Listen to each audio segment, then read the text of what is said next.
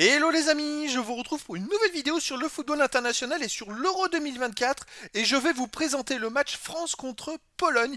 Alors c'est un match qui a lieu ce mardi 25 juin 2024 à 18 h pour le compte de la troisième et dernière journée dans le groupe D. Alors la France est le deuxième du groupe D qui joue contre la Pologne le quatrième. Donc dans cette vidéo on va revenir sur le classement du groupe D avec les statistiques des deux équipes et également on va faire un petit focus sur tous les scénarios possibles et envisageables pour les qualifications. On verra aussi les buteurs pour ces deux équipes dans cette compétition. Puis on enchaînera par les 10 derniers résultats, toutes compétitions confondues et les stats. Et on terminera par les compositions d'équipes et tactiques éventuelles, ce qui nous permettra d'avoir une idée, une tendance à ce match. Et ça me permettra en même temps de vous proposer mon pronostic à cette rencontre. Pour ceux qui souhaitent d'ailleurs, n'hésitez pas à mettre en commentaire dans cette vidéo le score que vous pensez de ce match. Ça peut être sympa d'en discuter. Alors pour ceux qui souhaitent voir ce match France-Pologne à la télé, sachez que vous pouvez le voir sur TF1.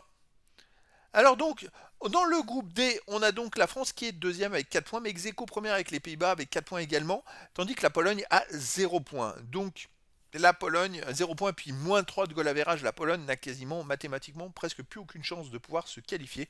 Ce n'est espérer finir meilleur troisième en mettant un carton à la France. 4 ou 5-0, ça pourrait être pas mal pour eux, mais je suis même pas sûr que ça suffise et qu'il n'y ait pas 4 meilleurs troisièmes, parce qu'il y en a quand même 6 de groupe, 4 meilleurs troisièmes, qui est 4 points, parce que là, s'ils battent la France, ils finissent avec 3 points, et je ne pense pas que ça suffira pour se qualifier, ou alors avec un goal average intéressant. Mais voilà, ça va être très compliqué. La France de son côté. Et de l'autre côté, il y a quand même Pays-Bas-Autriche avec l'Autriche qui va jouer sa survie. Donc la France, il va falloir qu'ils fassent le boulot. Alors j'imagine que les Pays-Bas ne vont pas exploser l'Autriche, mais si les Pays-Bas gagnent d'un but, il faudrait que les Français gagnent de 2 buts contre la Pologne pour finir premier du groupe. Et là, c'est quand même intéressant en vue d'un huitième de finale un peu plus facile, même s'il n'y a jamais de match facile, mais en vue d'un prochain match qui serait quand même plus à la portée des Français, plus jouable et surtout pour mieux préparer après éventuellement la suite de la compétition. Donc l'intérêt pour la France contre la Pologne, ça va être de gagner peut-être de 2 voire 3 buts. Alors, on arrive au buteur. La France n'a pas de buteur pour l'instant, puisque le seul but marqué pour l'équipe de France, c'est au premier match contre l'Autriche, c'était un but contre son camp. Pour la Pologne, il y a deux buteurs, Buxa et Piatek, qui ont marqué dans cet euro. Les 10 derniers résultats, toutes compétitions confondues, la France est 6 victoires, 3 nuls, 1 défaite, 29 buts marqués, 8 buts encaissés, plus 21 différences de buts. Alors la France, par contre, on a pu le constater ces derniers matchs, c'est du très très très solide en défense. Pour preuve, la France n'a pas encaissé de but sur les 4 derniers matchs joués. Alors effectivement, avant l'Euro, il y avait des matchs amicaux avec moindre enjeu, avec des équipes un peu plus faibles. Mais on peut dire que dans cet euro, ils ont battu l'Autriche 1-0. Après le nul contre les Pays-Bas 0-0, il y aurait pu avoir un but des Pays-Bas marqué qui a été refusé. Bon, il aurait pu être validé. Au final, la France n'a pas encaissé de but dans cet euro. Donc ça va être quand même très intéressant. Par contre, ils ont quand même un problème, c'est qu'ils n'arrivent pas à marquer de but. On va voir après les compos d'équipe, mais c'est pas sûr que Mbappé puisse jouer et qu'il soit pas encore préservé pour la suite, puisque ça sera pas forcément un match avec beaucoup d'enjeux. Moi, à sa place, Deschamps, je le ferai pas jouer d'entrée. Mbappé, je le ferai peut-être rentrer si ça va pas, mais pour pas prendre de risques. Mais voilà, l'équipe de France en ce moment, c'est très très très solide en défense. La Pologne de son côté, sur les 10 derniers matchs, 5 victoires, 3 nuls, 2 défaites, 18 buts marqués, 10 buts encaissés, plus 8 de différence de buts. Ils sont arrivés à l'Euro en étant vaincus depuis énormément de temps avec de très très bons résultats. Et malheureusement, ils sont un peu tombés dans le groupe, peut-être le groupe l'un des plus compliqués. Et donc malheureusement, ils ont enchaîné deux défaites dans cet Euro.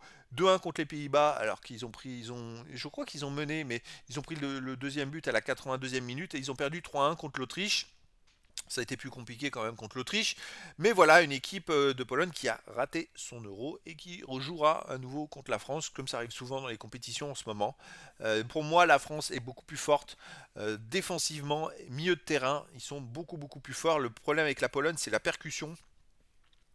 Surtout quand ils ont des adversaires en face qui percutent très fort. Je pense à des joueurs comme Rabiot, avec Kanté aussi, qui font de la percussion, Griezmann. Et pour l'équipe de Pologne, ils ont du mal avec les joueurs comme ça. Pour moi, je verrais bien une victoire de la France par deux buts d'écart. Je verrais bien un 2-0 ou un 3-1 pour l'équipe de France. Je pense que ça va être peu importe qui jouera ou qui jouera pas. Je pense une victoire de la France comme ça. Voilà, tout simplement. Allez, les compositions d'équipe et tactique pour la France, on aurait du 4-2-3-1. Gardien, Maignan ou Samba. Défense, Koundé ou Klose. Ou Pamecano, Konaté et Hernandez ou Mendy. Milieu de terrain défensif, Fofana et Kamavinga. Milieu offensif, Coman ou Colomoni, Griezmann, Mbappé ou Barcola et Giroud. en attaquant. C'est quand même du costaud. Je pense que Deschamps aime bien faire tourner au troisième match parce qu'il veut préparer la suite, mais il va pas trop faire tourner parce qu'il y a quand même l'incertitude de la qualif. Voilà, il faut pas non plus faire n'importe quoi. Après, ça percute très fort comme Kamavinga, Fofana, c'est des joueurs qui vont très vite de l'avant. Keman aussi, donc c'est des joueurs qui, de toute façon, dans leur style de jeu, vont vraiment perturber la Pologne. Alors la Pologne, la tactique, ça serait du 3-4-3, gardien Szczesny, défense Bednarek, Salamon, Kiwior, milieu de terrain Frankowski, Urbanski, Romanchuk, Zalewski, attaquant Zimanski, Lewandowski et Zielinski. Donc voilà les amis, bah écoutez, le décor est planté entre ces deux équipes. La Pologne, je pense, ne peut plus rien jouer. Par contre, la France, l'intérêt, ça serait d'aller chercher la première place du groupe. En tout cas, de faire un résultat pour finir premier ou deuxième.